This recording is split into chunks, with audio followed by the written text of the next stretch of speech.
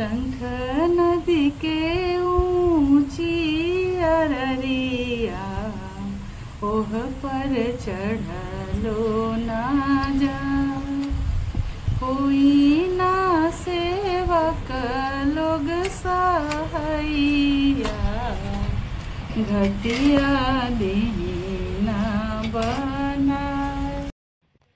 लोक आस्था और शुद्धता का प्रतीक छठ महापर्व की शुरुआत पूरे झारखंड में श्रद्धा और उल्लास के साथ हो चुकी है।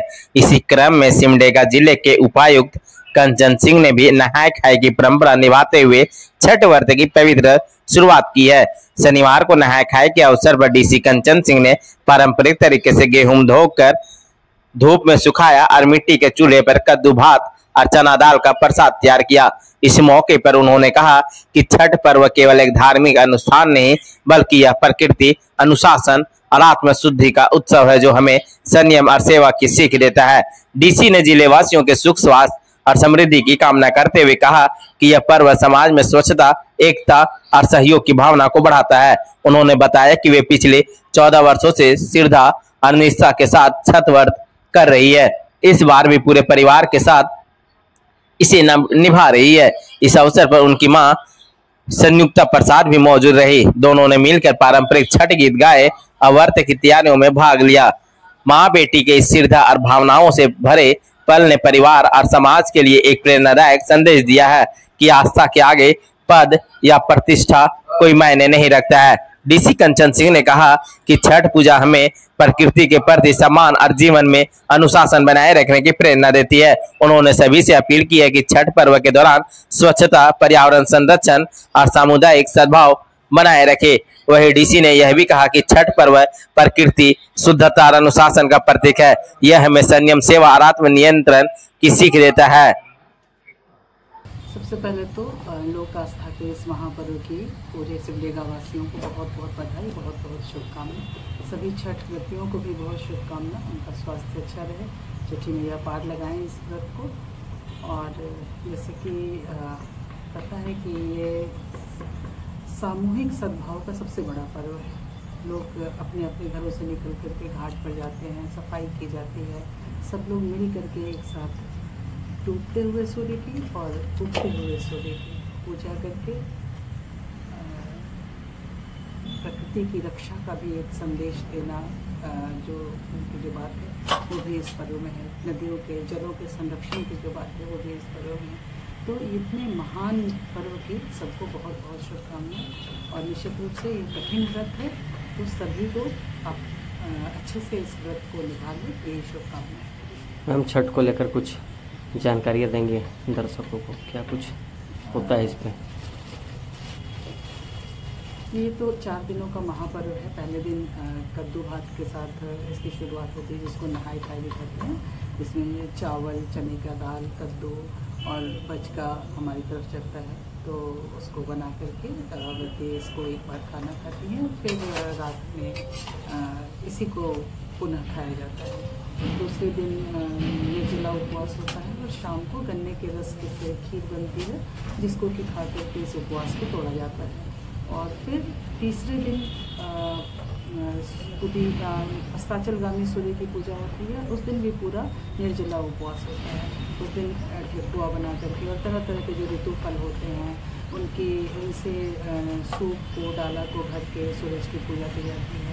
फिर दूसरे दिन, चौथे दिन मतलब उदीयमान सूर्य की पूजा करके और इस व्रत का पारण किया जाता है। तो और सभी में प्रसाद का वितरण किया जाता है। तो ये एक तरह से सामूहिकता का उत्सव है, लोक आस्था का महापर्व है कि तो सब लोग अपने अपने घरों से निकलते हैं, नदियों में जाते हैं, तालाब की सफाई होती है, नदियों की सफाई होती है, रास्ते की सफाई होती है, चारों तरफ शुद्धता और भक्ति का वातावरण रहता है। और ये कुल मिलाकर के एक संदेश देता है कि प्रकृति के साथ जो तादात्म्य है उसी में मानव की रक्षा है। तो संरक्षण का, मानव जाति की रक्षा का जो एक संदेश है वो इस पर्व में है।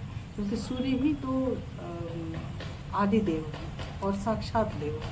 कोई और देवता को तो पता नहीं भगवान देखा है नहीं देखा, लेकिन सूर्य देवता का तो प्रतिदिन दर्शन होता है। और जीवन का मूल भी यही है। आप सोचिए उस समय की जब सूर्य नहीं निकले तो जीवन कैसे चलेगा। तो वास्तव में ये जीवन का उत्स है। सूर्य से ही प्रेरणा लेकर के, शक्ति लेकर के समस्त चराचर जगत का मतलब ये चलायमान रहता है। और इसलिए सूर्य की पूजा, और ये बहुत दिनों से, आदि काल से ये संस्कृति है। और सभी संस्कृतियों में, चाहे मिस्र की संस्कृति हो, यूनान की संस्कृति हो, भारत की संस्कृति हो, सभी संस्कृतियों में सूर्य पूजा का बहुत महत्व रहा है। और एक विश्वव्यापी ये पर्व है। और वास्तव में आज यह, जिसको हम लोग छठ के रूप में करते हैं, तो इसका भी प्रसार विश्व भर में हो गया। तो बहुत ही अच्छा लगता है, बहुत ही उत्साहवर्धक है और बहुत ही सुकून देने वाला एक पर्व है।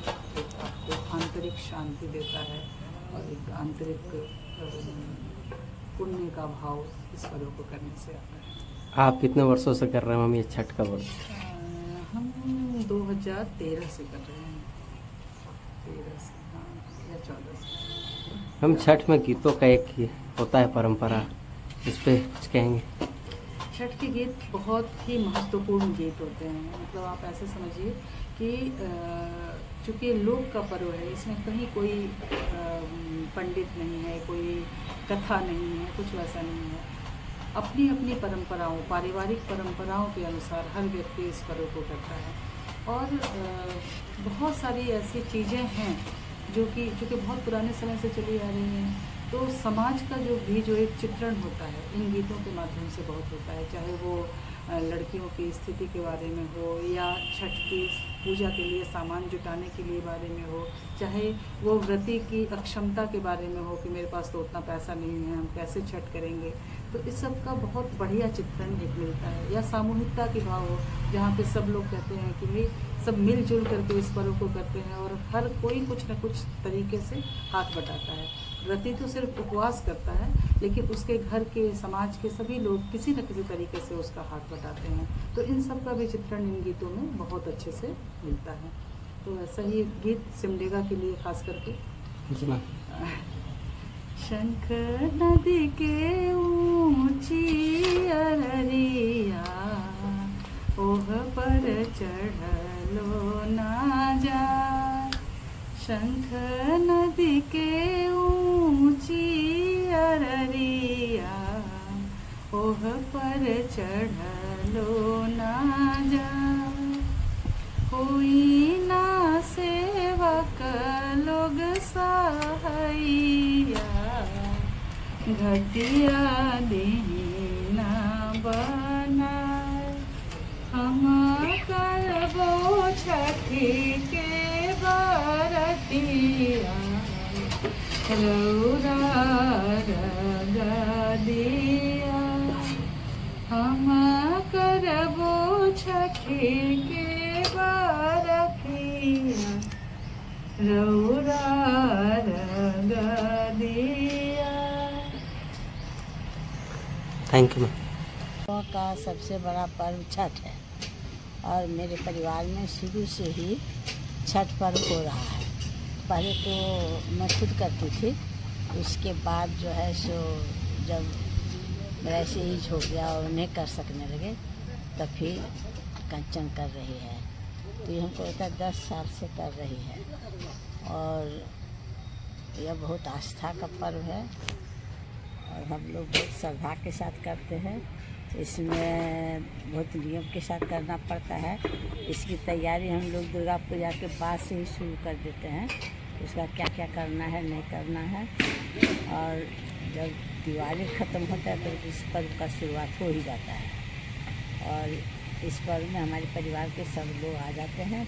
जहाँ कहीं भी पर्व होता है तो वहाँ सब कोई आ जाते हैं और बहुत धूमधाम से होता है। और क्या आज क्या कुछ विशेष व्यंजन बनाए जाते हैं? हाँ, तो जैसे अभी आज जैसे शुरुआत आज हो गया तो कद्दू भात है, इसमें चावल दाल कद्दू दे के बनाया जाता है। उसके बाद फिर तरह तरह के व्यंजन जैसे पकौड़ी पापड़ जो है निरामी जितना चीज़ होता है वो बनाया जाता है। फिर जब जो पर्व करती है पहले खाएगी, उसके बाद जितने लोग हैं प्रसाद के रूप में ग्रहण करते हैं। और फिर कल जब आएगा तब फिर खरना कहा जाता है। तो खरना में हम लोग के यहाँ गुड़ वाला रसिया चलता है, रोटी चलता है, दोस्ती रोटी, और उसके बाद दिन में बनाया जाता है। फिर शाम को अर्घासन लगता है केला के पत्ता पर, और जितना सूप या डाला होता है उतना हम लोग के यहाँ सूर्य भगवान के नाम पर रखा जाता है। और फिर जो अर्घ जो करती है पर वो पहले जिसको हम लोग खरना कहते हैं खाती है। उसके बाद फिर हम लोग तो उसके बाद फिर दूसरे दिन से निरामिष ही हो जाता है। निरामिष नहीं मैंने एकदम उपवास ही रहता है। और 24 घंटा परसों से कल से तो शाम पर तो आज से शुरू हो जाता है, आज से उपवास शुरू हो गया।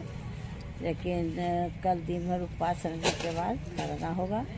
और फिर परसों जो है एकदम नदी जाके उसको अर्घ पड़ता है। और दूसरे रात भर उसी तरह रह जाता है।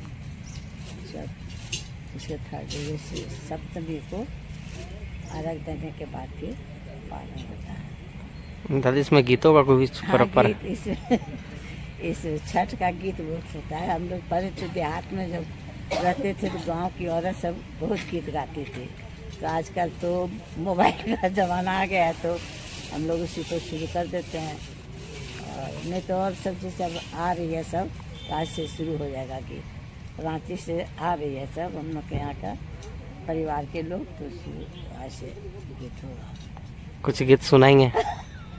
हमको गीत नहीं आता, टेंशन गीत गा देगी। गा दो तो भी कोई गीत छठ का। आप भी करते थे छठ? करते थे, गीत कभी नहीं गाता। हम कर दे 15-20 साल तब किए थे छठ। उसके बाद जब जब मेरी सास जिंदा थी उसी समय से किया, बहुत दिन किया, करीब 20 साल से बेसी किया। हम छोड़े था जब रिटायर कर गए, जब डायबिटीज हो गया तब छोड़ दिए। 3 में छोड़े। नहीं तो पहले करते ही थे।